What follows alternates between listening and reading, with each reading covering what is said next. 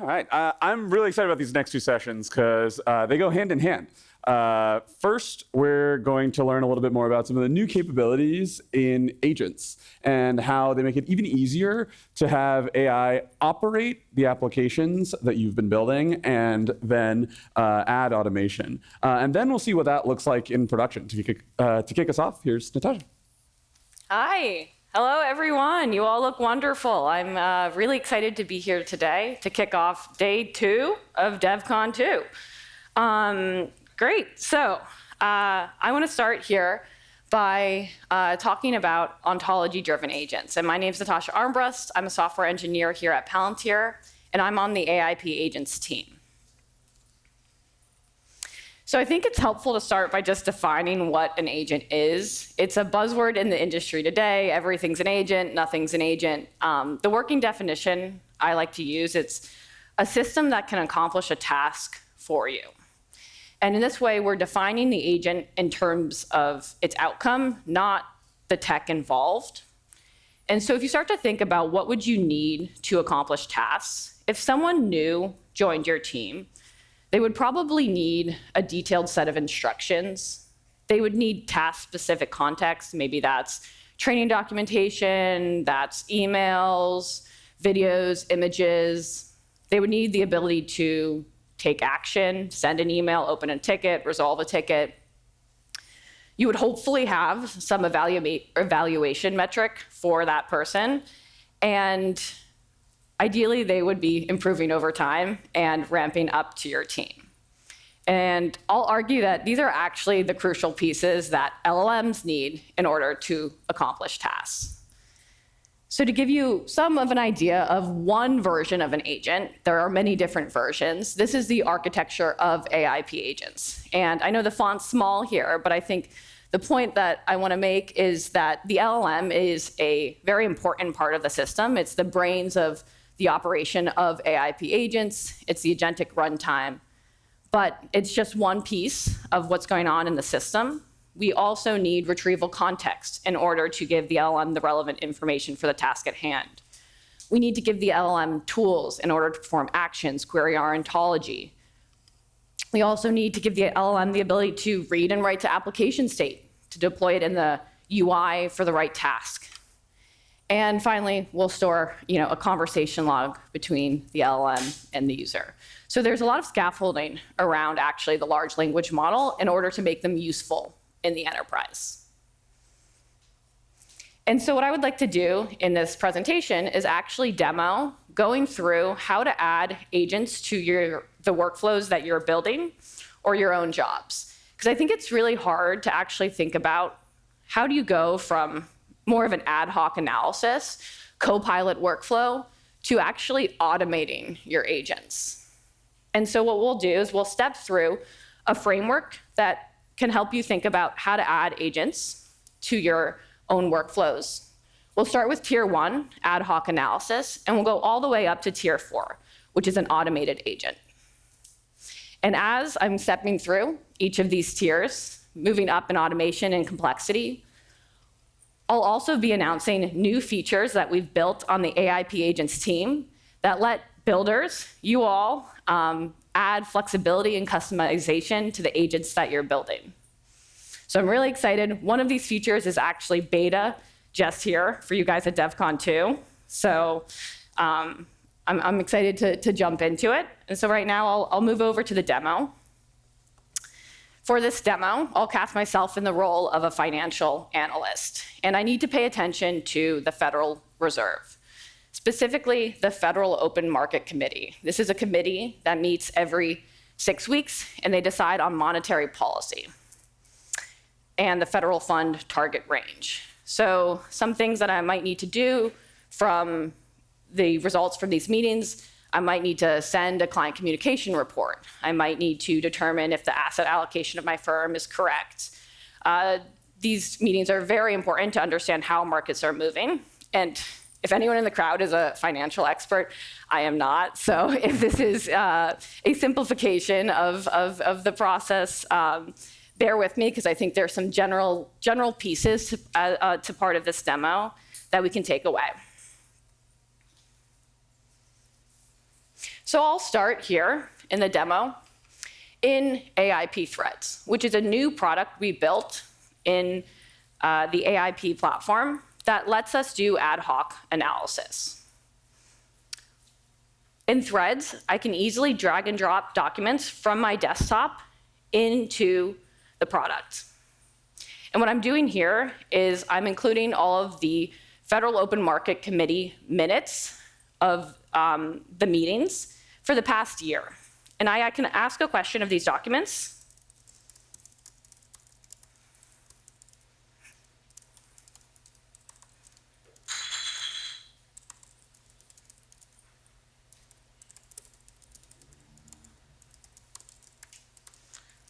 Forget my quick typing here. I'll zoom in. But basically, I'm asking, can you give me a summary of the current minutes? And also, how do the old minutes foreshadow the current results? And this is something that maybe the first minutes, if I wanted to get answers from that, that would take me, it's around a 20-page document. So that would take me, maybe half an hour. But now that I start to add all of the previous minutes from the year, this is something that would take me hours to do by myself. And in Threads, we have citations. So I can go back to the relevant context, confirm that where the LLM is actually getting this context. I can dig deeper for further analysis, confirm that the LLM's not hallucinating. And in Threads, the tool is model agnostic. So you can bring the model that you want for the task at hand. And the feature that we are releasing in Threads is also the ability to bring your own custom model. So if you have a fine-tuned model, or if you have a small language model, you can bring it into Threads. And as you bring your own model and add that customization, user experience is not degraded. We support streaming, so users will get the same experience if you plug and play your own brain of the operation. So here I'm selecting a fine-tuned one and getting the same citation, the same results from a different large language model. The other feature I want to talk through in Threads is the ability to go into relevant chunks mode. So one thing that you'll notice about LLMs is they have context windows, and you can exceed their context windows. And so in Threads here, if I exceed the LLM's context window, 128,000 tokens for GPT-4o, for example, then we can move into relevant chunks mode. Let me upload those documents again.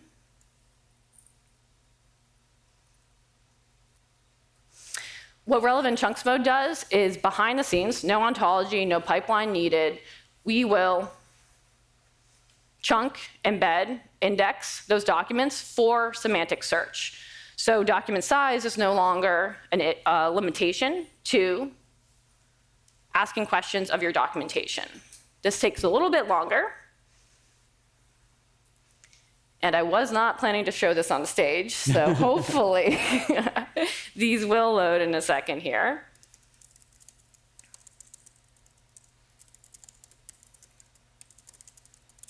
Perfect. So in Threads here, I have this ad hoc analysis tool. It's really powerful. I can start to get answers quickly from my documentation. But I might want to do more. Maybe I want to share this Threads configuration with my full team. And I don't want to have them to have to upload these documents again. These are saved as media sets in the platform. And so what I'll do actually is upgrade this Threads configuration to an AIP agent. AIP agents are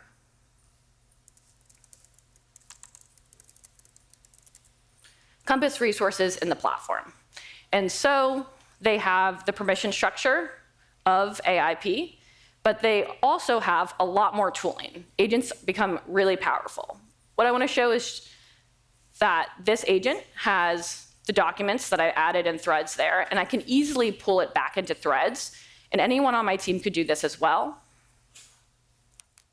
So instead of needing to go and have everyone go through find the minutes, download it, maybe keep a running document folder list. You can just have that bundled up in one place. Yeah, exactly. Oftentimes, you probably actually do want to create a custom UI, and we'll do that in a second here, but not always. And in that case, you can just drag and drop it back into threads and ask the same questions. So this is the tier 2 workflow. Just to recap, tier 1 was that ad hoc analysis, and we allowed you to bring your own model now. Tier 2 is a task-specific agent. And in this tier, I want to show you all of the cool things you can now do once you have agents. So once I have an agent, I can bring in not only this document context, but ontology context and a new context mode, which I'll show in a second here. We have tools. You can query your ontology. You can run actions. You can run any function in the platform. We have a robust versioning system. You can evaluate your agents, which I'll show a bit later. And you also are able to pull that agent into other places in the platform. One thing I might want to do here, so I have these documents. I don't really want to have to change my agent configuration every time my documents change. I just want the agent to be able to run with the latest updated documents. And so what I can do, actually, is move to ontology context.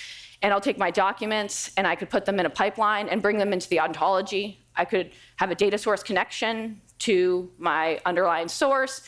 And with the build system and the ontology, then you can now create your agent, and your agent doesn't have to change when your documents change. So this can be as new minutes come up, they are automatically synced in, so you don't need to go and do that manual work, but you can get started by just dragging in those documents. Exactly, exactly. And I might want to go even farther, which is I want to customize the retrieval context that my LLM has for the specific task at hand. There's a whole industry around retrieval context, retrieval augmented generation, and the strategies involved there, query re-ranking, query rewriting. And what we have found from feedback on AIP agents is that people want that tremendous amount of flexibility to bring the context that they need for the task at hand. So we've written already a function here, and I'll just pull it in. But what that's doing is actually using the document chunks that I've already brought into the ontology from these Federal Open Market Committee minutes. And it's doing a query rewrite. But you can see the code and write any code you want and give that retrieve prompt to your agent. We also have the support for citations. So you don't degrade user experience when you increase customizability of your agent. So for example, here, we'll see that I get the same citations back to the pages in the document that I had before. It's like plumbing work of having to figure out, all right, if I do want to do custom retrieval, add complexity in how I bring in the relevant documents, I don't need to also go re-implement the entire UI on top of that. I can keep using some of that. Exactly, exactly. But as you see here, we're still in some of a chat experience, and we probably actually want to deploy this agent in the UI that's right for the task at hand. So maybe I have a dashboard here that I use, in the zoomed in, it's hard to see the video, but that I use to watch the Federal Open Market Committee press conferences. These press conferences happen after the meeting, and Jerome Powell talks about the monetary policy that was decided in the meeting.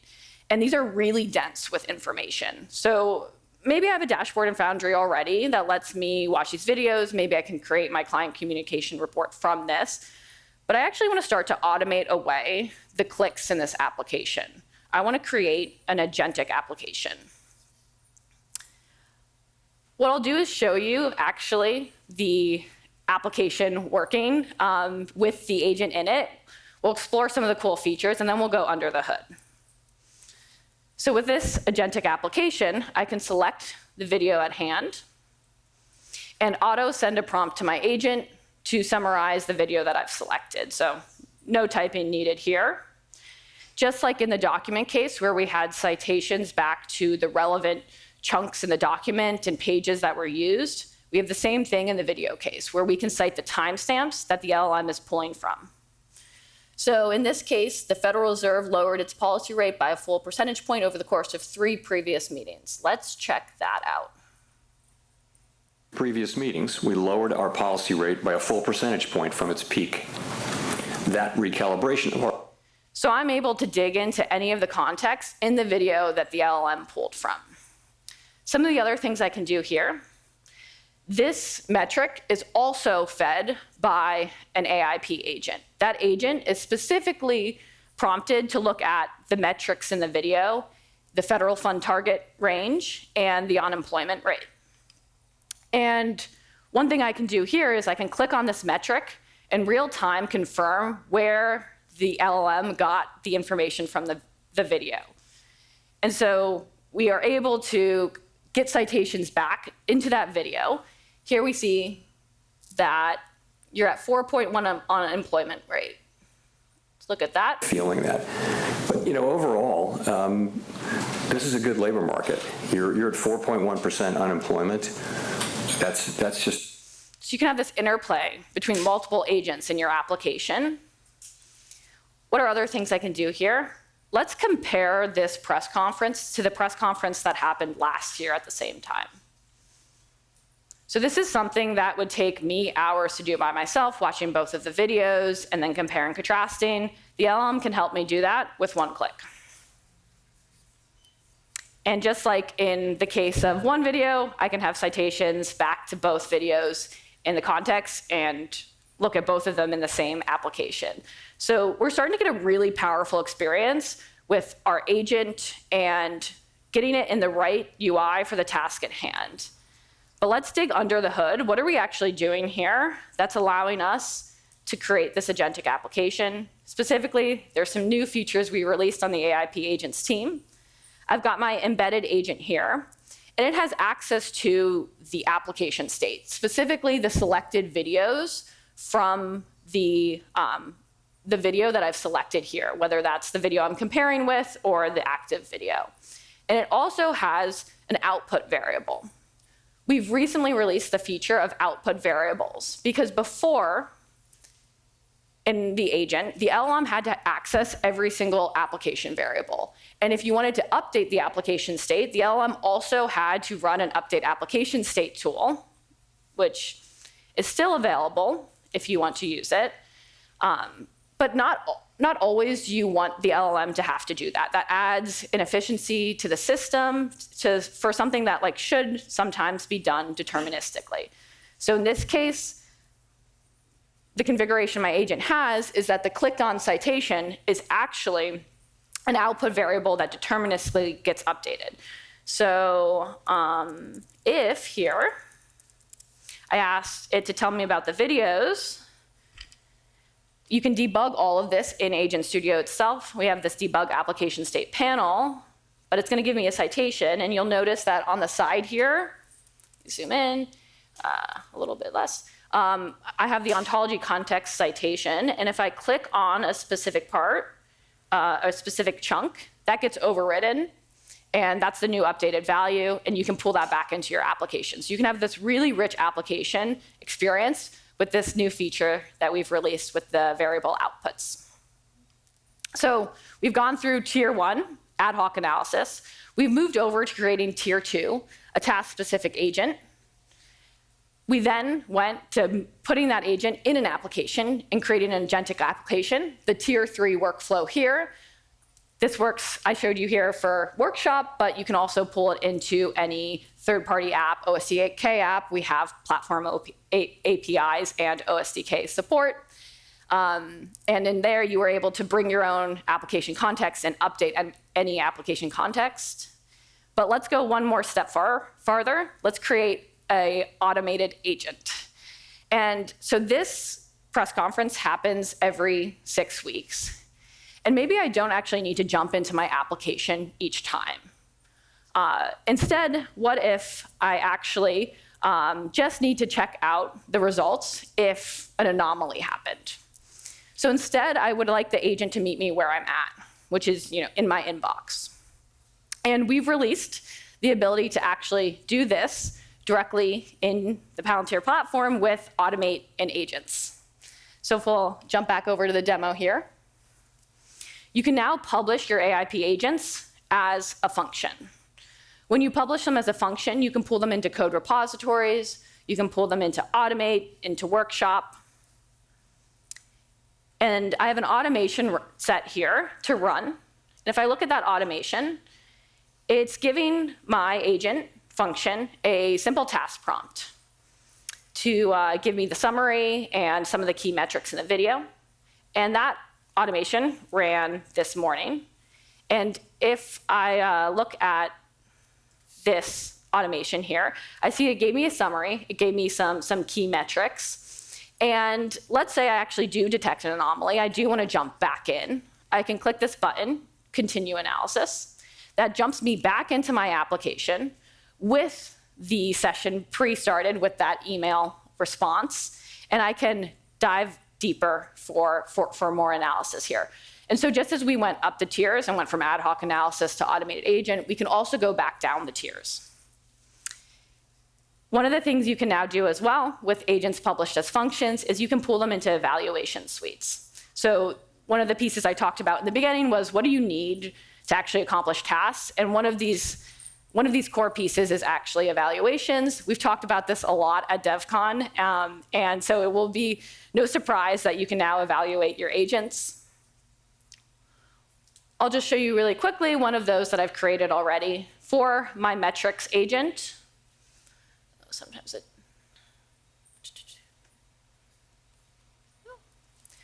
So for my metrics agent, I've created an evaluation suite. It's supposed to respond with the right metrics each time. So I can start to have test-driven development for AI. One of the feedback loops I even got while making this demo was that my agent, Claude, kept apologizing when I gave it a video, and I was not quite sure why. And I realized it was a part of my prompt that had told it to specifically around the right.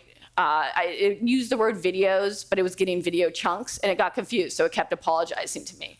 That's a small version of a feedback loop, but that's kind of what you would expect. Is you want to improve kind of the interaction over time. So what did we do here? We'll jump back to the tiers. We went from tier 1 ad hoc analysis all the way up to tier 4 automated agent. This might not always be how you create your agents, but this is one framework for how to think about adding agents to the workflows you're building.